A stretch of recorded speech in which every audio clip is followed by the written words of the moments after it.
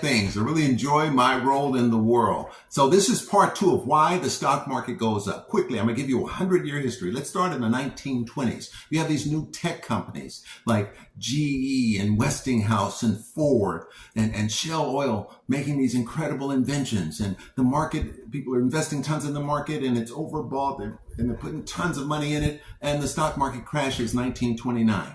Right? FDR says we've got to get the economy moving, right? People are lined up to eat and all of that stuff. The economy starts to move. He's pumping billions of dollars into the economy. But what really caused us to get out of it was the fact that we had to stop Hitler. So we created a war machine. We stopped Hitler. We go to the night and the markets are starting to take off, right? Starting to recover. We go to the 1940s. People come back from war, specifically men, and they buy houses and they populate these houses with cars and refrigerators and ovens. And the biggest generation to ever walk the planet up to that point, and that's the baby boomer. And the baby boomer ends up going to college in mass because there was billions of dollars in equity and stock market investments made by their parents. So this huge group gets to go to college. We go into the 60s.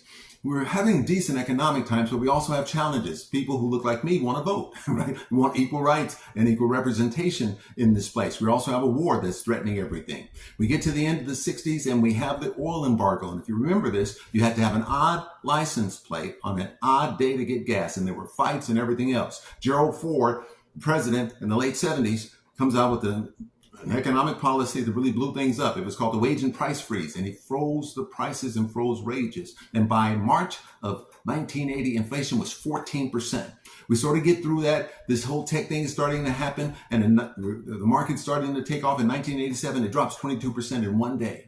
We get back on the horse. Here we are into the 90s. The last balanced budget in this country was the Leon Panetta Bill Clinton budget in 1994 or so. And these new things are starting to come out, like .coms and things. I'm a stockbroker in 1999, and people come in wanting to buy .com. Tons of money is being pushed into this area.